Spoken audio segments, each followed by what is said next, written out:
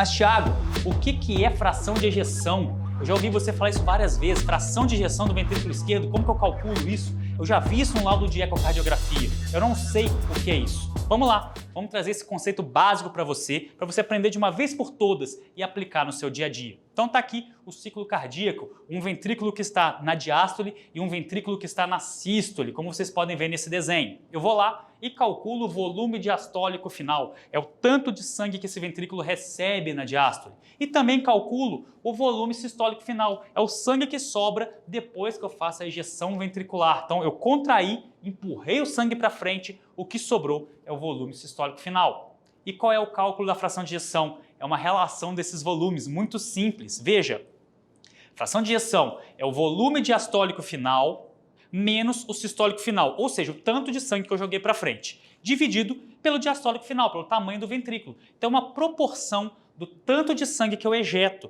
é a fração de ejeção, ok? Como que eu calculo? Volume diastólico final menos volume sistólico final. Isso tudo dividido pelo volume diastólico final, como vocês podem ver nessa fórmula. Então, nada mais é do que uma leitura da proporção do tanto de sangue que vai para frente para o tamanho do meu ventrículo.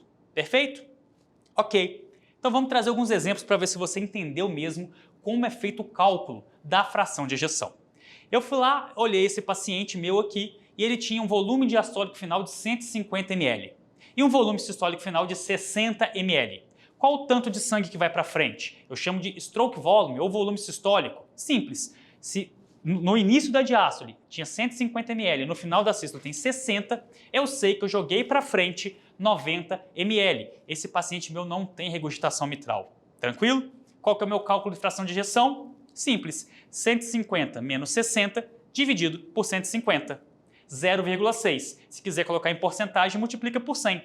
60%. Então, fração de ejeção de 0,6 ou 60% nesse nosso contexto. Paciente sem regurgitação mitral e ele tem um volume diastólico final de 150 e um sistólico final de 60 ml. Perfeito? Vamos trazer outro perfil hemodinâmico.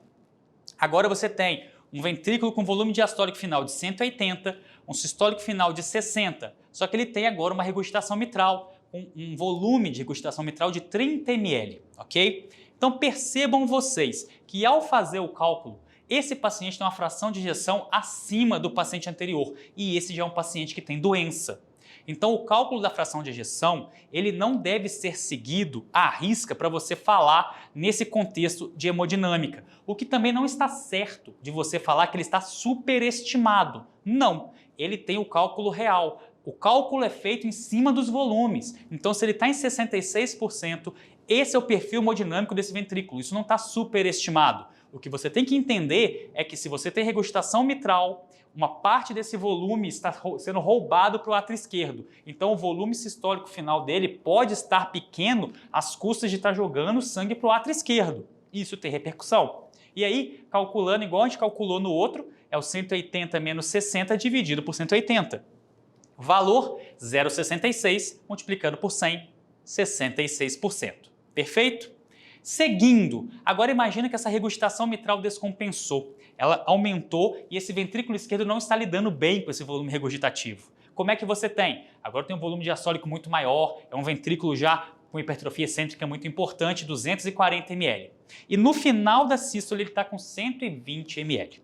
Quando você analisa, você vê que vai para frente para o corpo humano, que é o stroke volume, o volume sistólico, 40 ml, e volta para o átrio esquerdo em forma de doença, em forma de insuficiência mitral, 80 ml. Se você fizer os cálculos, a fração de ejeção começou a cair, ok? Agora ela está em 50%. Como é que eu faço o cálculo? 240 menos 120 dividido por 240 vezes 100, para dar 50%. Se eu não quisesse fazer vezes 100, a medida da fração de ejeção é em 0,5, ok? E aí você consegue ter essa leitura. Perceba que agora baixou de 60%, por isso está descompensado. Agora eu sei que você tem uma lesão nessa mitral causando repercussão hemodinâmica importante nesse ventrículo esquerdo. Se eu fosse classificar esse paciente e ele não tivesse sintomas, esse é um paciente no estágio C2, como a gente acabou de discutir. Se ele tiver sintoma, qual a classificação? D de dado. Tem uma regurgitação importante e tem sintomas, D de dado. Não tem discussão, ok? E aí vem aquela frase que todo mundo fala, né? Ah, a fração de ejeção do ventrículo esquerdo está superestimada. Não é isso. Não é essa a leitura hemodinâmica adequada. Não existe fração de ejeção superestimada. A leitura é essa. Você precisa compreender o perfil hemodinâmico, o comportamento da fisiologia. E qual é? A fração de ejeção não é o melhor método para avaliar a função sistólica nesse perfil de pacientes. Você, uma vez que entenda o comportamento da fração de ejeção, como é feito o cálculo e como isso aí é a repercussão de uma disfunção sistólica, você entende adequadamente que essa frase, fração de ejeção superestimada, está conceitualmente errada. E o certo é esse, você vai procurar outros parâmetros, outros métodos para fazer esse cálculo. E se você fizer o cálculo através da fração de ejeção, entenda o comportamento que você espera encontrar nesse contexto hemodinâmico. Perfeito?